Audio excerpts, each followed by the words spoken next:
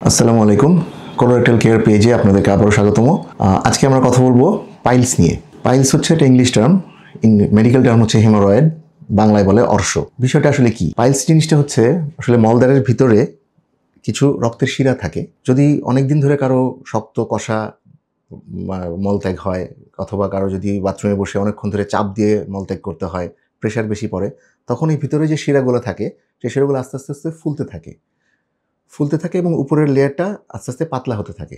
তখন যখন আরও বেশি প্রেশার পড়ে, আরও বেশি শক্ত মল বের হওয়ার সময় ঘষা দেয়, তখন এই উপরের পাতলা আবরণটা ফেটে যায়, ফেটে গিয়ে রক্ত বের হতে থাকে। এটাই হচ্ছে পাইলস, যেটা আমরা খুব কমনলি আমাদের কোলোরেক্টাল সার্জনরা ফেস করে থাকি। এই পাইলসের আসলে কতগুলো স্টেজ আছে।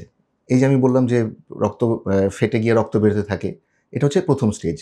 এই সময় কিন্তু বাইরে থেকে কোনো কিছু দেখা যায় না।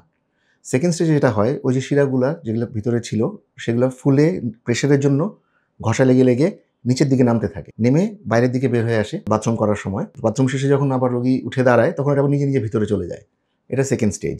থার্ড স্টেজে ওটার যে পাইলসটা বাইরে চলে আসে, ওটা নিজে নিজে যায় না, ওটাকে তখন আঙ্গুল দিয়ে ধাক্কা দিয়ে ভিতরে ঢুকিয়ে দিতে হয়। আর ফোর্থ স্টেজ হচ্ছে যখন এই পাইলসটা বাইরে চলে আসে এবং এটা কোনোভাবেই ভিতরে যায় না, এটা বাইরেই থেকে যায়। এই চারটা স্টেজেই আমরা পাইলসের রোগী পাই। এখন কথা হচ্ছে যে এই চারটা স্টেজের তাহলে ট্রিটমেন্ট কি? ট্রিটমেন্ট আসলে যদি স্টেজ ওয়াইজ চিন্তা করি আমরা, স্টেজ 1, স্টেজ 2-তে পাইলসের রোগীদের জন্য ওষুধ এবং কিছু খাদ্যাভ্যাস এবং লাইফস্টাইল মডিফিকেশন, যেটাকে বলে জীবনাচরণ পরিবর্তন, এটার মাধ্যমেই এই ফার্স্ট এবং সেকেন্ড স্টেজের পাইলসের অসুখকে অনেকখানি কন্ট্রোল করা যায়, ঠিকও করা যায়।